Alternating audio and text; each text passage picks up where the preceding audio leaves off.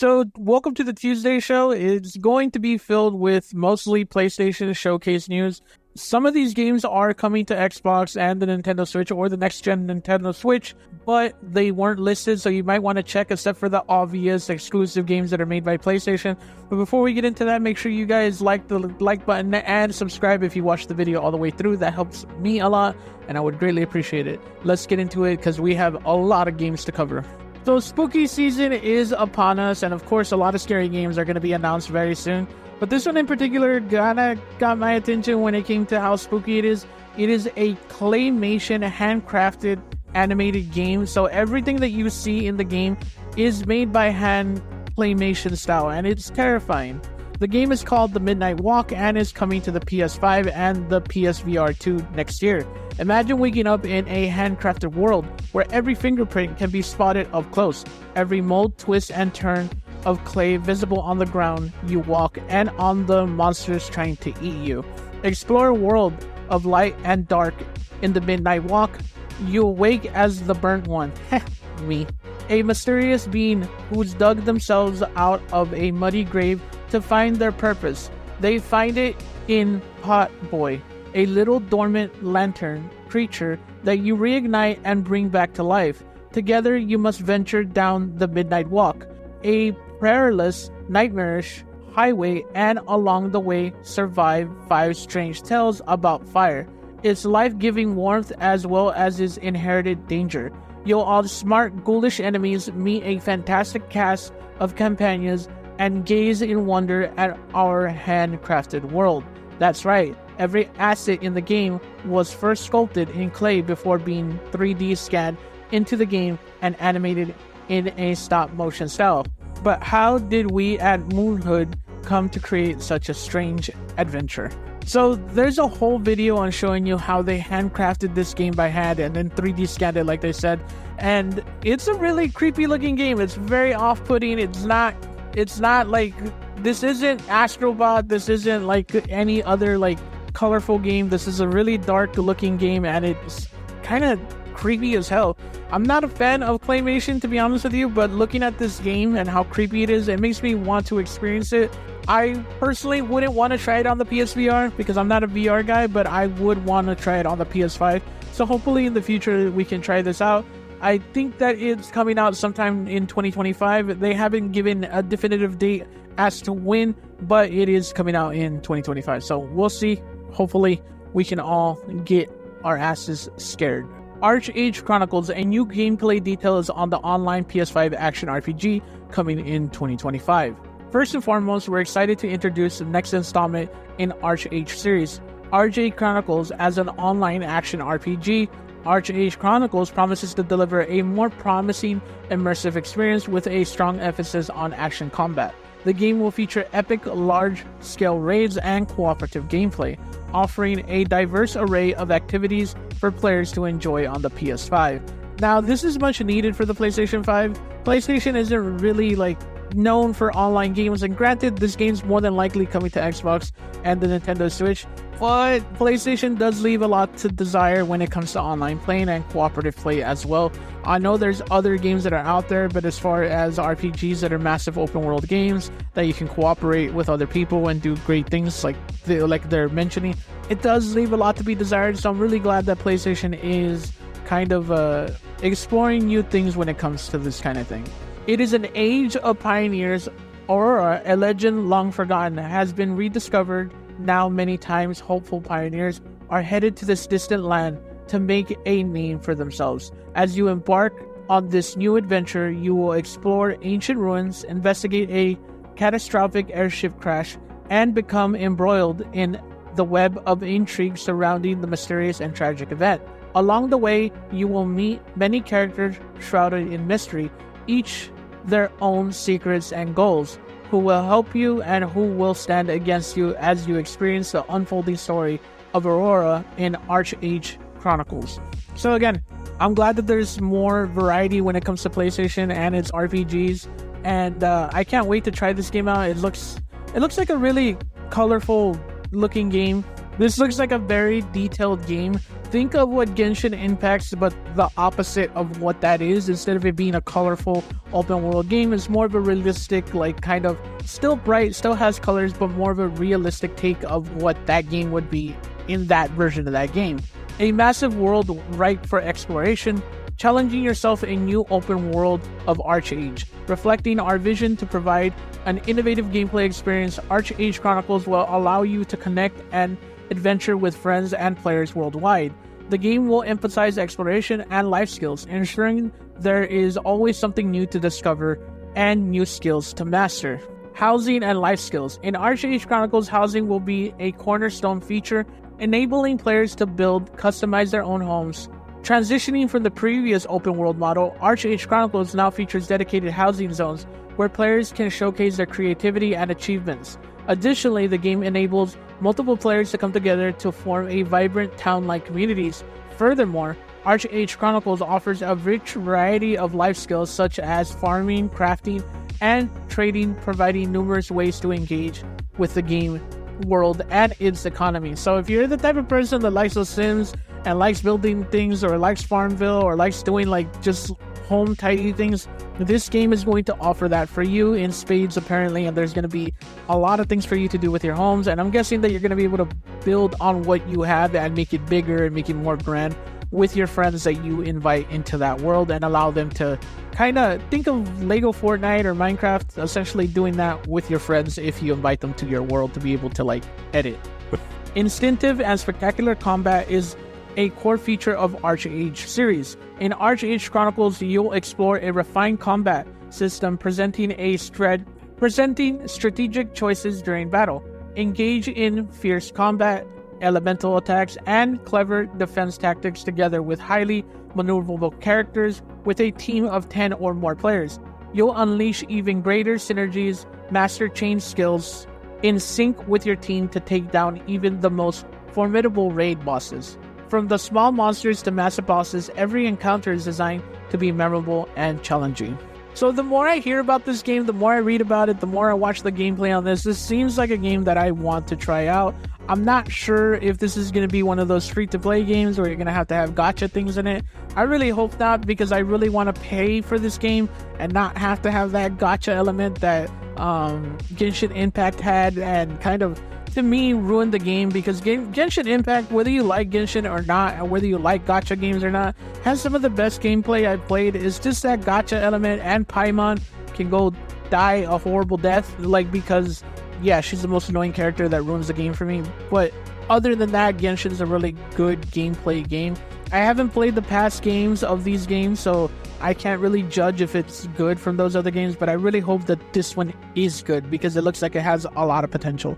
So if you like Teenage Mutant Ninja Turtles Shredder's Revenge, well, there is good news. Radical Reptiles DLC crawls into TMNT Shredder's Revenge today. Exciting news for Teenage Mutant Ninja Turtles Shredder's Revenge fans. The Radical Reptiles DLC introduces two new characters, Mona Lisa and Mondo Gecko. Mona Lisa, a once human scientist turned into a mutant salamander, brings her cheery attitude to battle against the Foot Clan and Mondo Gecko, the coolest cement surfing mutant, are joining forces in this action-packed DLC. So there's going to be DLC for this game. I have this game and I still don't understand why I haven't played it. It looks like a really fun game, and the fact that there's DLC coming out for it, for a beloved game that sold a bunch, and I'm glad that it did, because apparently it's a really fun game. So if you like Teenage Mutant Turtles, today or as you watch this video, the DLC is out. So fun for everybody. And yes, this is one of those games that's going to be on every platform, so let's keep that in mind. So LEGO Horizon Adventure officially has gotten a release date. LEGO Horizon Adventures launches November 14th.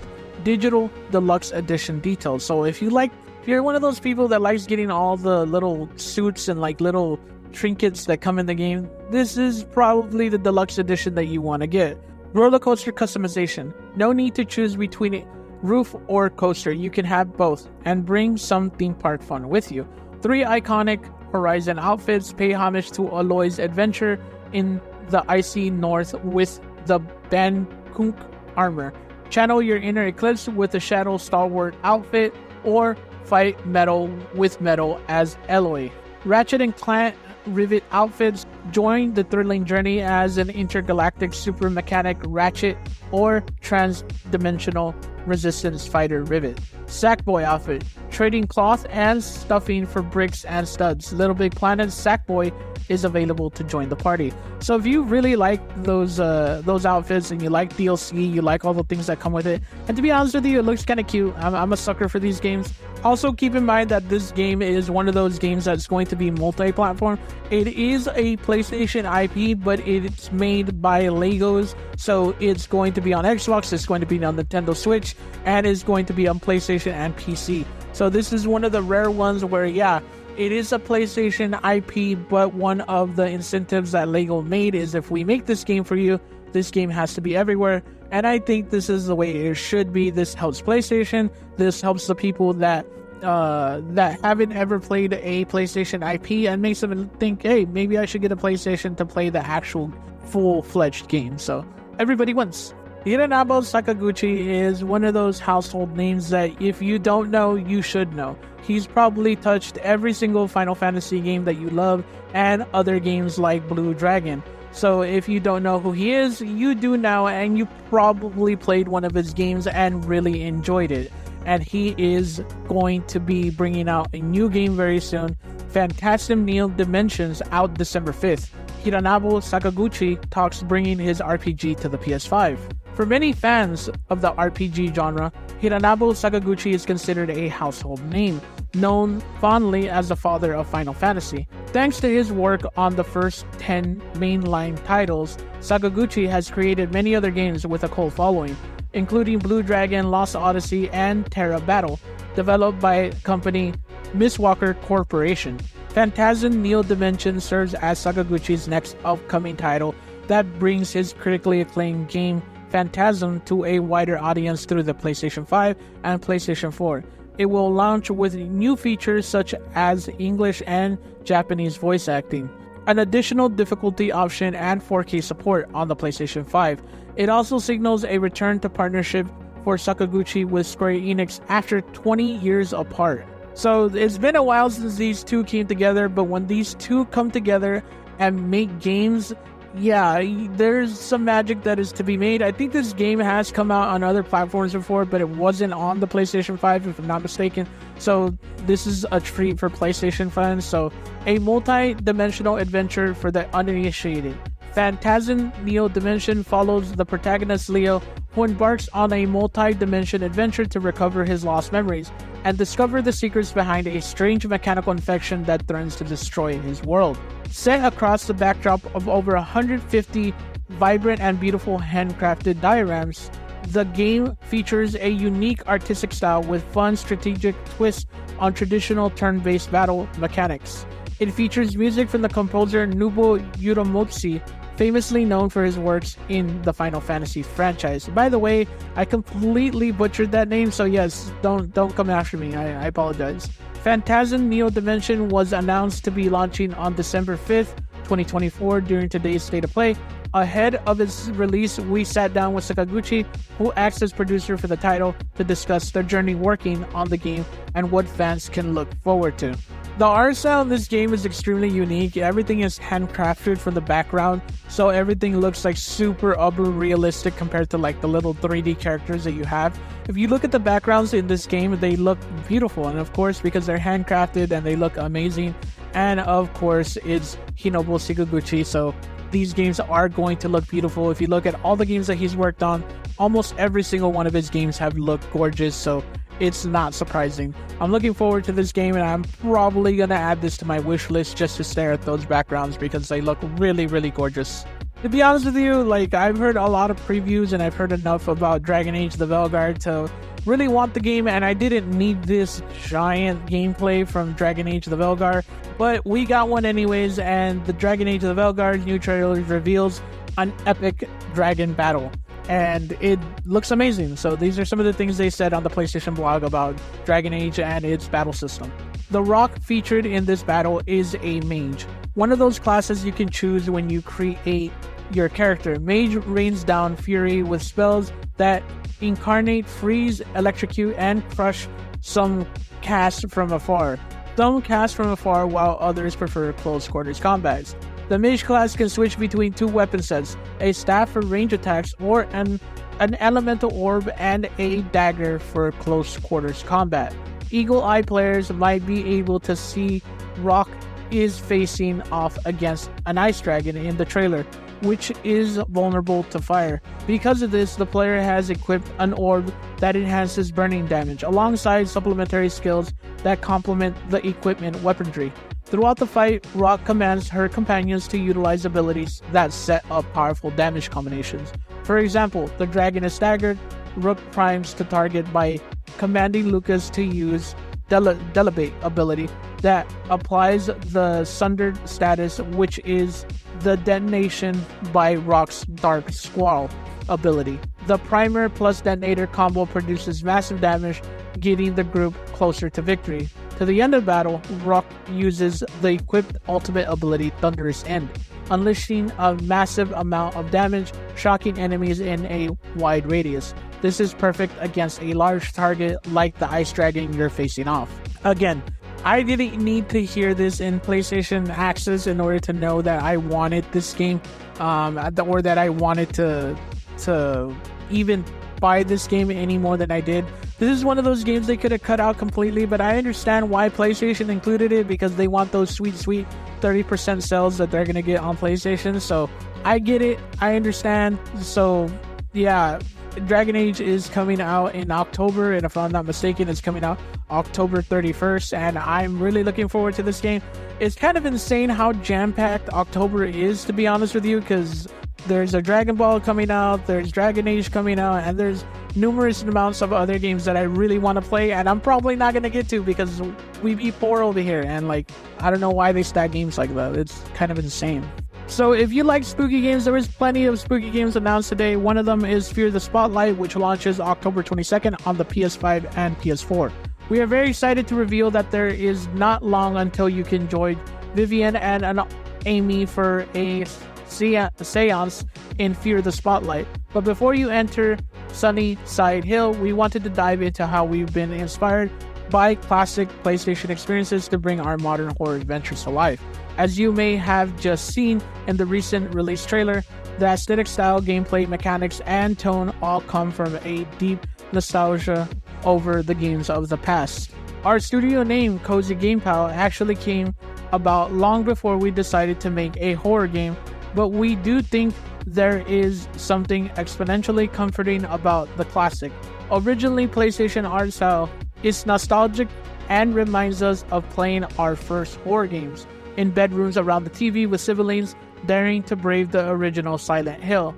We feel like Vivian's journey in Fear the Spotlight is actually welcoming one in a world of high-fidelity horror graphics. There might not be 4K gore running down the walls of Sunnyside halls, but that doesn't mean you're not going to be on the edge. Another gift of this particular art style and the purposeful dithering, the name of that grainy retro look, is the fact that it gives you enough to let your imagination run away with you. Was that a shape between the stacks in the library? Did a head just appear around the corner and disappear? Or are your eyes playing tricks on you? Again, I'm not a big horror guy because I'm a big baby. Like, I can watch a horror movie in the dark by myself, and that's fine. But when I'm playing a horror game in the dark by myself, like I'm not doing it. So this is probably one of those games that I'm not gonna play. But I know that there's a lot of people who love horror games, and especially love horror games during a spooky season. This game is coming out to PS5 on November 2024. So yeah, this is gonna be a lot of fun. And so yeah, this game feels like one of those open world, like build your own town kind of things, but like on steroids, which kind of is crazy because this is a indie game developer that I have never heard of, but Towers of Aghashel launches on PS5 November 2024 in early access. Greetings to the future, junior architects. After well over a year since our reveal, we're incredibly thrilled to announce that Towers is coming to the PS5 in November 2024 in early access. Considering this is Dreamlet's very first game launch, again, very impressive how this game looks, we're nervous but even more so excited to let the world experience what our small but very ambitious indie studio has been working on for the past few years. In Towers of Aghashel, the Seamew tribe returned to their homeland of Aghashel, where they fled from 50 years ago, when the Withered invaded and wreaked havoc on everything in its path. Despite the ravaged state of the land, the Seamew are intent on reclaiming their home and rebuilding their civilization. You are tasked to be a junior architect to aid in this endeavor. The first step to rebuilding Seamew civilization is by establishing villages. Villages serve as settlements for Seamew and lay the foundation for more advanced structures to be constructed within it. Depending on the biome you decide to place your village marker, a different village is established, allowing different kinds of structures to be constructed. Aghashel is, however, devoid of life following the Withered devastation. To acquire much of the resources needed to expand across the island, you will need to restore Aghashel's ecosystem. This is done by planting special seeds called colossal seeds, which will create ecosystems for various flora and fauna around it. Different biomes give rise to different ecosystems, which consists of its own set of creatures and plant life. Maintaining balance between the expansions of village and growth of the ecosystem is an integral part of the core gameplay loop of Towers of Aghashel. While you harvest the resources provided by the ecosystems to build up your villages, you are also required to grow plants and feed creatures within the ecosystems to ensure it continues to thrive. The threat of the Withered still looms around many parts of Aghashel. You're bound to come across weathered nests that pop up in different locations, spawning vile entities that attack you at any living creature on site. Venturing even deeper into Aghashel will bring you to the Withered Lands that covered in thick toxic haze and are home to even more dangerous withered monsters. You will need to prepare yourself by crafting tools, weapons, armor, food, and elixirs to brave these lands as you seek out to rid the withering plague. So again, we are getting a lot more games that are including like building your own towns, like having to sustain the farms, having to sustain the ecosystem. And I think a lot of people like this kind of games because Animal Crossing was a giant success. So it's only natural that they want to kind of expand that into trying new ways of doing this. And I'm glad that there's studios, especially indie studios, that are trying this out because it looks like a lot of fun. Not everybody can play Animal Crossing. You can only play that on Nintendo. So yeah, I'm really looking forward to this. This looks like probably an adult version of Animal Crossing, and I hope it lives up to the hype because this is an indie studio, and I hope it lives up to it because we need more indie studios to be recognized and for there to be more flourished and built up developers that make great games. Well, this wasn't really much of a news story for me, but it was still in it, and I'm still going to include it. There's going to be a Fortnite edition, like limited edition DualShock, which, okay, like for me, it's not a big deal because it looks tacky as fuck. Like to me, it looks super tacky, and also it is $84. If you didn't know and you're barely finding out, yeah, PlayStation kind of increased the prices of the DualShock by like $7, like in secret. So yeah, now DualShocks cost like $84. So yeah, so a Fortnite edition controller, how fun. Dynasty Warriors has always been that type of game that I wish I got into. I played a couple of them, but I wish I was more into the stories because this is just one of those games that doesn't care if it's like Souls-like, if it's hard, or if it's any of those things. You're just there to beat up armies and armies and armies of bad guys, and they are proud of doing this, and they are coming out with a new game. Dynasty Warriors Origins launches January 17th, 2025 on PlayStation 5 and of course other platforms. The Three Kingdoms told from the perspective of an original protagonist. The game places inside the Three Kingdoms as this is the famous time period of ancient China, in which played out as a dramatic assembled masterpiece. In order to suppress the violent group known as the Yellow Turbans, many famous officers come together to battle them. But after the battle ended, there were many questions left unanswered. Why did the officers part way? How did that end up in the creation of the Three Kingdoms? A closer look reveals that there were many historic and beloved characters involved, each with their own relationships and agendas, which then expanded into a story about conquering kingdoms. Again, they use historic very, very loosely in this game. Remember, this is a game that was announced on the PlayStation platform on the PS3 with giant enemy crab. This is where it comes from. So when they say historic, take it with a grain of salt. It's very historic, but they play the loose and fancy with the term historic, so don't be fooled. In this game, we place an original protagonist to partake in this dramatic three-kingdom tale where he plays an active role with giving players first-hand experience in the world of ancient China. Players will make various choices as a protagonist, but he too carries a secret, which will have an impact on the three-kingdom story. The protagonist is a player alter ego, and he is also the figure who helps weave the story. And it's through his existence that we will illustrate a three kingdoms that has never been seen before. The protagonist is traveling martial artist with amnesia, and during his travels, he meets many famous and infamous warriors from the era. Some of the fighters will align with nameless hero, while others will become his enemy as he learns to navigate the dangers and world of the three kingdoms.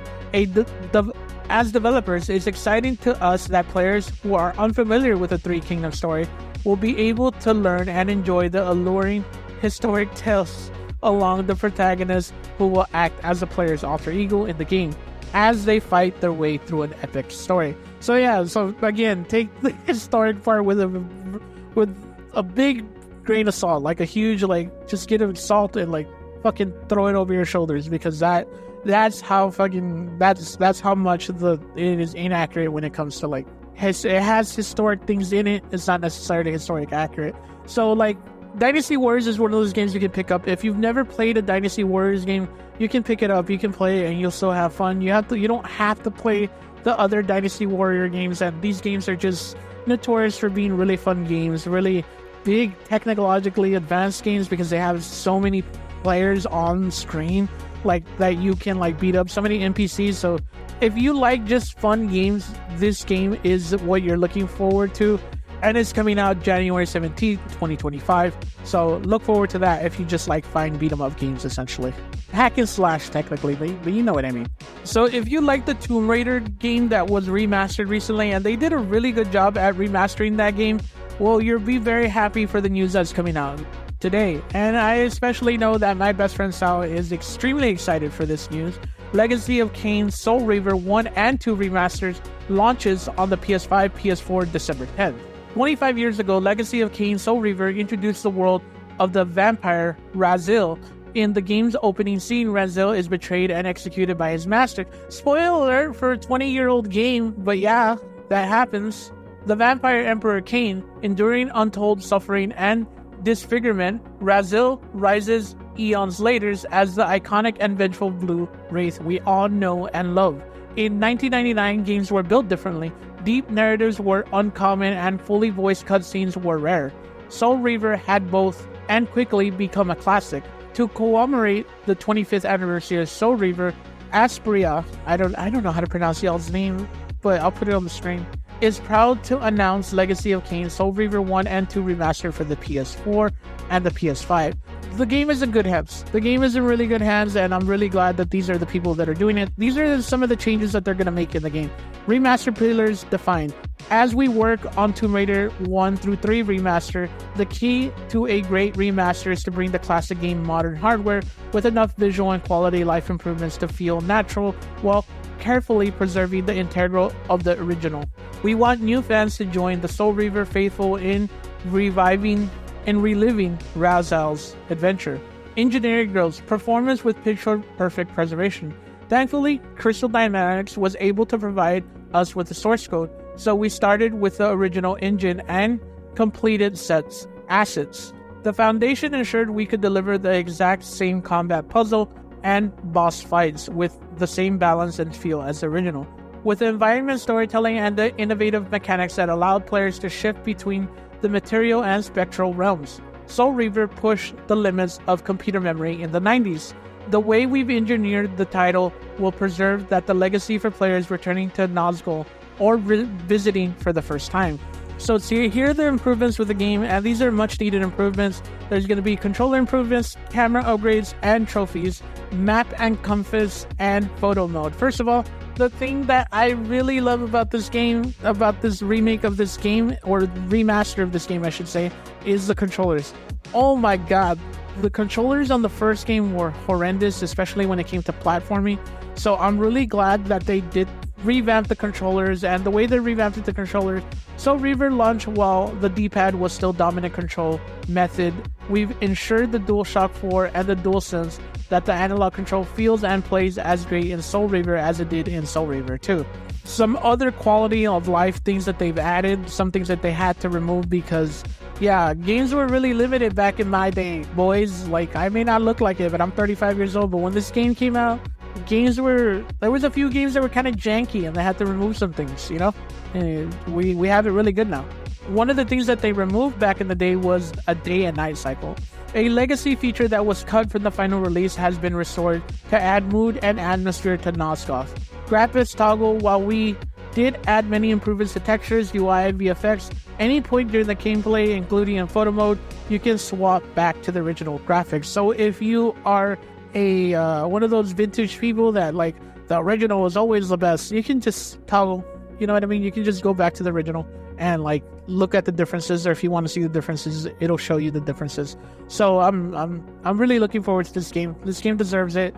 It deserves a sequel. Please, for God's sakes, make the sequel. I hope that's what it means that they're making the sequel. So yeah, let's pray. Let's pray to the gods in Soul Reaver 1 and 2 that are completely horrible, disgusting beings. So if you haven't played Astrobot is more than likely going to be Game of the Year. It's one of the highest rated games of the year, and also probably one of the cutest and funnest games that I've ever played, and platinum. So, and if you like that game, there is DLC coming. Astrobot's new speedrun levels and special bots arrive starting this fall. Hi everyone, it's a great pleasure to see you again and bring some fresh Astrobot news. Before anything, we wanted to take a minute to thank everyone for the huge love and positive comments we received following the game's release on September 6th. We could not possibly be happier with the reception and the little robots at Team Asobi, almost short-circuited from so many tears of joy. We also laughed at many funny videos of the game that we saw popping up. We are so glad we could succeed in bringing a little bit of digital sunshine to homes around the world. For all of your support, trust, and kindness, and all of us from Team Asobi, thank you very much. Today, we have a little surprise for you from this fall. We're happy to announce that Astrobot will receive 5 brand new speedrun levels at no additional cost. Check our new teaser trailer below for a sneak peek at what's in store. Many of you asked for the return of speedrun levels, so we hope you enjoy those. Thanks to sharpening those jumping skills and shave milliseconds at every turn. Again, if you haven't played Astrobot is probably one of the best games that have come out in the last 5 years for PlayStation, and one of the most unique games. And it's kind of really needed because PlayStation has been stuck in these cinematic type games that I really love, and I've really come to know PlayStation as. But PlayStation wasn't always known as those cinematic masterpieces, which, again, not bad thing. But it's good that they have a variety. They've always had these weird games like Little Big Planet, Astrobot, Tearaway, and all these games that we know have variety in them. So if you like variety and you like games other than cinematic masterpieces from PlayStation, Astrobot is your game and you should check it out. So I'm going to keep this segment quick because really it's about the PlayStation 5 Pro. We're here to talk about games. But they did have a segment on the PlayStation. I keep calling it PlayStation Access, but it's not called that. PlayStation 5 developers share how they're going to use tech to enhance their games. Polyphony Digital is going to do it for Gran Turismo. Guerrilla's going to do it for their Horizon games. Naughty Dog is going to do it for The Last of Us 2 Remaster. Insomniac Games is also going to do it for the Ghost of Tsushima. And yes, so I'm going to keep that part short. The PlayStation Pro is going to be really used for the upscaling parts, and a lot of the old games that came out for the PS5 are now going to be enhanced to have 60 frames per second at 4K upscaling with the PSSR, which is their upscaling technology that PlayStation ICE made themselves. Mark Cerny and those people at ICE are monsters. So if you're looking forward to shiny graphics, yeah, the PSSR is going to do its thing. I personally am not upgrading to the PS5 Pro because of money, and also I don't think it's necessary, at least when you don't have money. If you don't have the money, don't get the PlayStation 5 Pro. The PlayStation 5 will be fine, and you probably won't notice a difference, and the PS6 is coming out in 4 years, so you can wait. You'll be fine. Don't worry. And last but certainly not least is Ghost of Yōtei is coming out in 2025. So if you like Ghost of Tsushima, this is the sequel game that is set 300 years into the future. And for a lot of people that are complaining that we are not going to play as the original protagonist as the Ghost of Tsushima, you should have known that we're going to do a time jump. It was to be expected. I'm surprised that this isn't going to do with any of the feudal wars that happened in Japan. We'll see if it happens or not. But here are some of the things the developer said in the PlayStation blog. Today we are happy to announce Ghost of Yōtei, the last game from Sucker Punch, and the introduction of our new hero, Atsu. When we set out to make a new Ghost game, we wanted to maintain the core pillars established in Ghost of Tsushima, playing the Wander Warrior in feudal Japan, offering freedom to explore at your own pace and highlighting the beauty of the world. We also wanted to continue to innovate. To create something fresh but familiar, we looked beyond Jin Sake's story and the island of Tsushima, and shifted our focus to the idea of ghosts instead. At Sucker Punch, we love origin stories, and we wanted to explore what it could mean to have a new hero wearing a ghost mask and uncovering a new legend. This led us to Ghost of Yōtei, a new protagonist, a new story to unfold, and a new region of Japan to explore. While we aren't diving into story specifics yet today, we can reveal that Atsu's story takes place in 1603, more than 300 years after the events of Ghost of Tsushima. Our story is set in the lands of surrounding Mount Yōtei, a towering peak in the heart of Etsu, an area of Japan known as Hokkaido in present day. In 1603, this area was outside of the rule of Japan and filled with sprawling grasslands, snowy tundras, and unexpected dangers.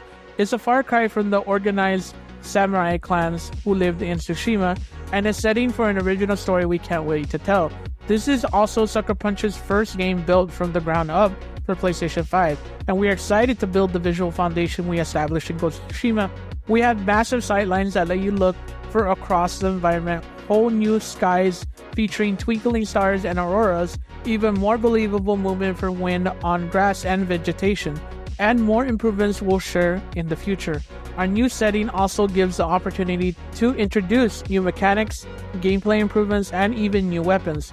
Our trailer today offers a glimpse into this world, but there's so much more to show, and we'll have more to share in the months ahead, including details about Etsu's journey and the people and animals she'll meet along the way. We are forever grateful for the success of Ghost of Tsushima, and we can't wait for you all to experience the Ghost of Yōtei in 2025. So, for you guys that haven't played the Ghost of Tsushima, this game was so detailed and so well done that the region made a newspaper to thank them. They put an ad in the newspaper to thank of them of how good the game looked and how accurate it was to what Japan would have looked like from back then. So I can now, to this day, Ghost of Tsushima is probably one of the best looking games on PlayStation, and the fact that it was made on such a small budget.